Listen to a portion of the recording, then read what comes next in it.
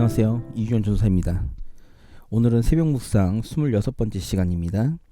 창세기 30장 1절에서 8절까지는 말씀. 라헬이 자기가 야곱에게서 아들을 낳지 못함을 보고 그의 언니를 시기하여 야곱에게 이르되 내게 자식을 낳게 하라. 그렇지 아니하면 내가 죽겠노라. 야곱이 라헬에게 성을 내어 이르되 그대를 임신하지 못하게 하시는 이는 하나님이시니 내가 하나님을 대신하겠느냐. 라헬이 이르되 내 여종 빌하에게로 들어가라. 그가 아들을 낳아 내 무릎에 두리니 그러면 나도 그로 말미암아 자식을 얻겠노라 하고 그의 시녀 빌하를 남편에게 아내로 주매 야곱이 그에게로 들어갔더니 빌하가 임신하여 야곱에게 아들을 낳은지라. 라헬이 이르되 하나님이 내 억울함을 푸시려고 내 호소를 들으사 내게 아들을 주셨다 하고 이로 말미암아 그의 이름을 단이라 하였으며 라헬의 시녀 빌하가 다시 임신하여 둘째 아들을 야곱에게 낳음에 라헬이 이르되 내가 언니와 크게 경쟁하여 이겼다 하고 그의 이름을 납달리라 하였더라. 아멘. 오늘 이 본문의 말씀을 보면서요, 저는 개인적으로 왜 아브라함과 이삭과 야곱은 왜 비슷한 일을 경험할까? 이런 질문이 생기는 장면입니다. 오늘 말씀을 보면요, 야곱에게는 두 명의 그 아내가 있었죠. 그 자매이지만 언니인 레아와 동생인 라헬, 이 두 사람과 결혼을 했고 그 라반의 어떤 계략에 의해서 어쩔 수 없이 그 집에서 노역을 하면서 그 사그로 레아와 라헬을 아내로 삼았죠. 특별히 라헬을 야곱이 사랑했습니다. 자, 그런데 오늘 본문의 말씀을 보면 라헬이 자기가 야곱에게서 아들을 낳지 못함을 보았다라는 거죠. 그러니까 사실 아브라함과 이삭도 자녀의 문제가 있었죠. 자녀를 낳지 못했고 특별히 아들을 낳지 못했던 부분. 근데 오늘 보면 라헬도 아들을 낳지 못했죠. 실질적으로 야곱이 라헬을 더 사랑했기 때문에 사실상 자녀를 가질 수 있는 확률은 원래 라헬이 더 많습니다. 그런데 왜 라헬이 그 아들을 낳지 못했을까? 이런 부분들에 있어서는 나중에 이제 라헬이 이제 자녀를 낳는 그 부분을 보면 우리가 더 자세히 알 수 있겠지만 어쨌든간 지금의 모습을 보면 저는 개인적으로 아브라함과 이삭과 야곱이 비슷한 문제를 다 경험을 하는 거죠. 세대에 걸쳐서 어쨌든 하나님의 어떤 계획하심이었든 그 외의 문제였든 간에 상관없이 그들은 비슷한 문제를 경험하고 있습니다. 오늘도 야곱이 사랑했던 라헬이 실질적으로 아들을 낳지 못하고 있는 거죠. 그러면서 그 아들 4명을 낳은 자신의 그 언니였던 레아를 시기하는 겁니다. 그러면서 이제 야곱에게 따지는 거죠. 30장 1절을 보면 야곱에게 이르되 내게 자식을 낳게 하라. 자, 근데 자식을 낳게 하라라고 이야기를 하지만 실질적으로는 제가 아까도 말씀드렸지만 야곱은 라헬을 더 많이 사랑했기 때문에 라헬이 아이를 가질 수 있는 확률이 높았어요. 그럼에도 불구하고 그 탓을 지금 야곱에게 하는 거죠. 그랬더니 2절에 야곱의 반응을 보면요, 야곱이 라헬에게 성을 내어 이르되, 자 이제 라헬에게 화를 내는 거죠.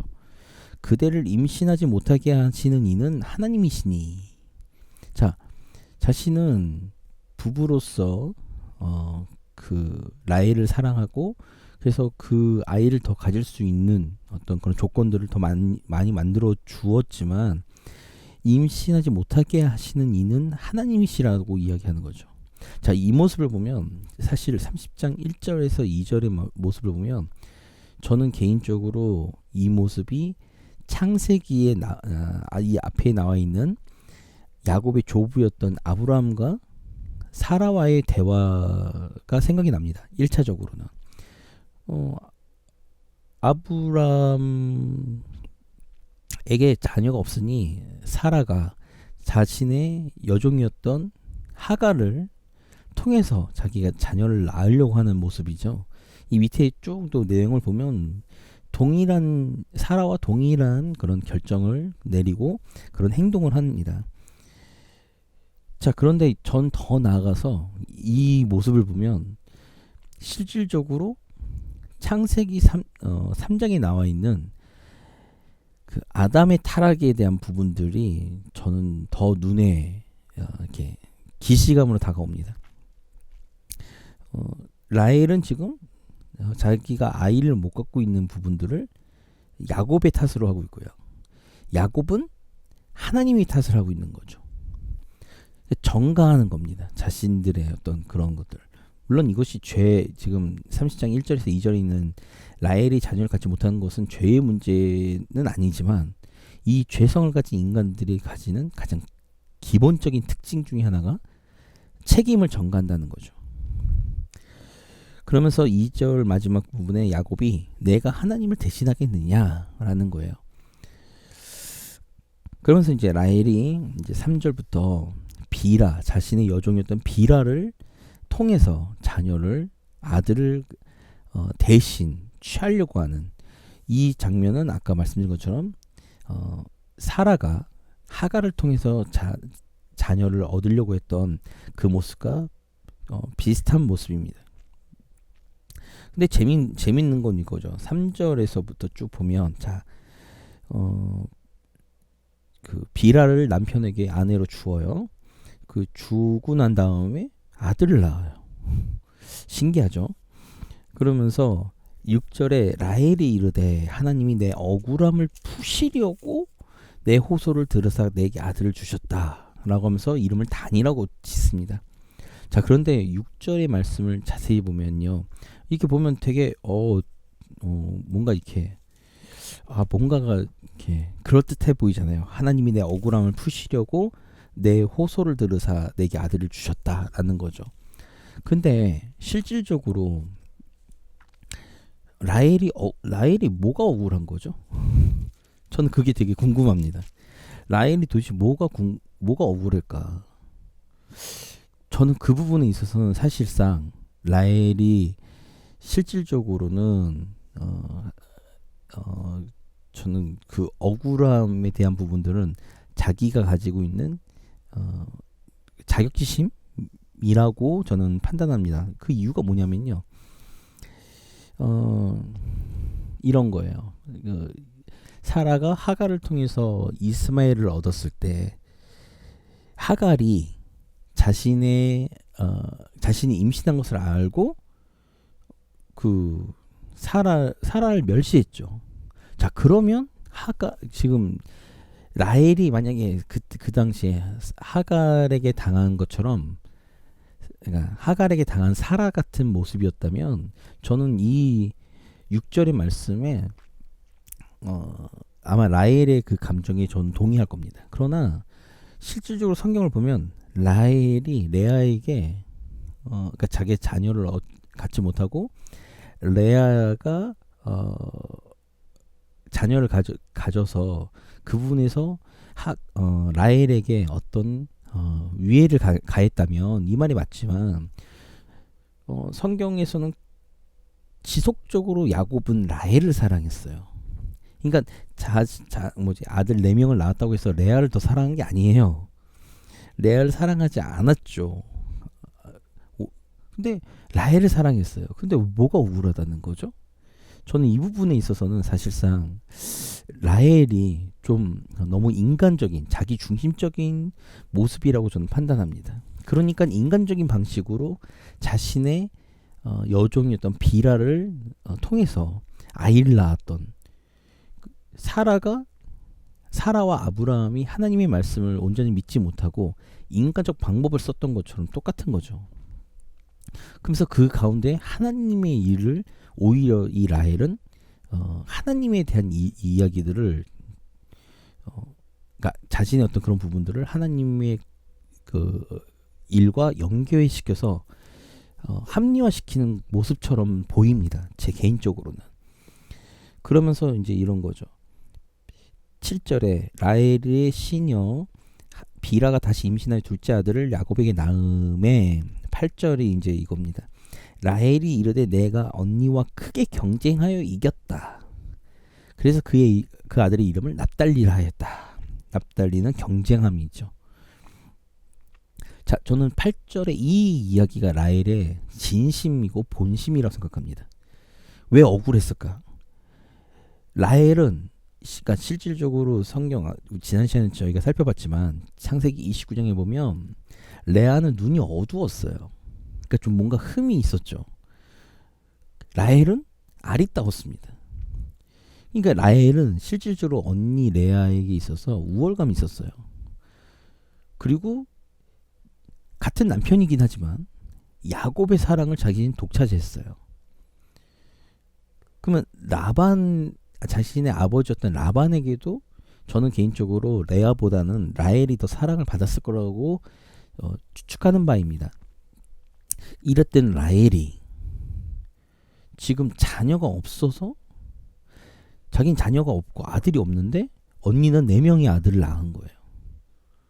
근데 되게 재밌잖아요. 4명의 아들을 낳은 레아와 자기가 직접 낳진 않았지만 자신의 여종이었던 비라를 통해서 2명의 아들을 딱 낳자마자 2명의 아들을 낳았지만 자신은 언니와 경쟁해서 내가 언니와 크게 경쟁하여 이겼다 라고 표현하는 거죠. 근데 결과적으로 봤을 때 사실상은 뭐 라헬이 이겼다고 볼 수 있나요? 아니요, 볼 수 없습니다.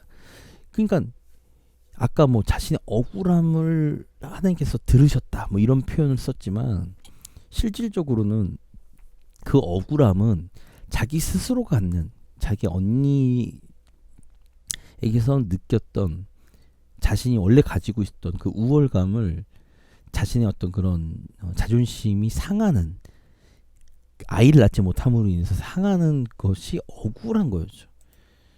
근데 이것을 억울하다고 볼 수 있는가라고 했을 때 저는 개인적으로는 아니죠. 그러나 오늘날 그리스도인 중에 라헬 같이 이렇게 스스로에 대한 부분들을 억울해하는 분들이 많다는 것을 제가 느낍니다. 만나보고 이야기를 해보면 그래요.